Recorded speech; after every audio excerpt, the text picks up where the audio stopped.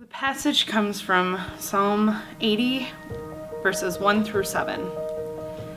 Give ear, O shepherd of Israel, you who lead Joseph like a flock, you who are enthroned upon the cherubim, shine forth before Ephraim and Benjamin and Manasseh.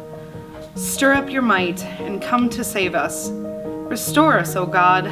Let your face shine that we may be saved. O Lord God of hosts, how long will you be angry with your people's prayers? You have fed them the bread of tears and given them tears to drink in full measure. You make us the scorn of our neighbors. Our enemies laugh among themselves. The Psalms in my life, I've used a lot for prayer. And at times, we don't have the right words or unsure of what exactly is in our hearts. And often, emotionally. The Psalms often show deep emotion, people crying out to God, the vulnerabilities in their hearts at the time of writing. This psalm begs for unification, and the people are crying out, when will you stop being mad at us? This psalm begs for unification, and the people are crying out, when will you stop being mad at us? I know that I, as a human, have often, more times than not, given the silent treatment. And to those that don't agree with me.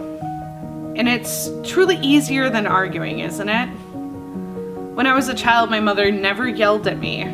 She'd just go silent. And she'd ignore me, and somehow that was far worse to me than yelling. Especially in the world, we forget that we have common ground and unity. When we fight and argue over who is better, who is more right, it causes a divide in a climate that is working together.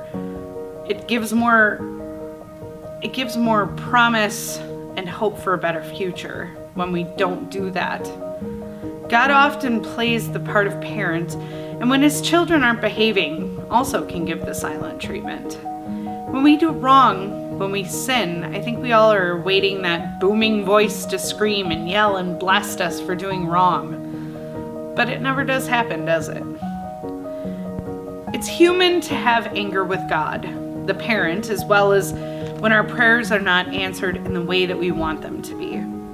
We think that God's way of being indignant to our wants and wishes is good as Christian followers. However, what I have learned most in my life is that sometimes more volume is spoken through silence than through spoken word or answered prayer. Sometimes for us, that silence is exactly what we need.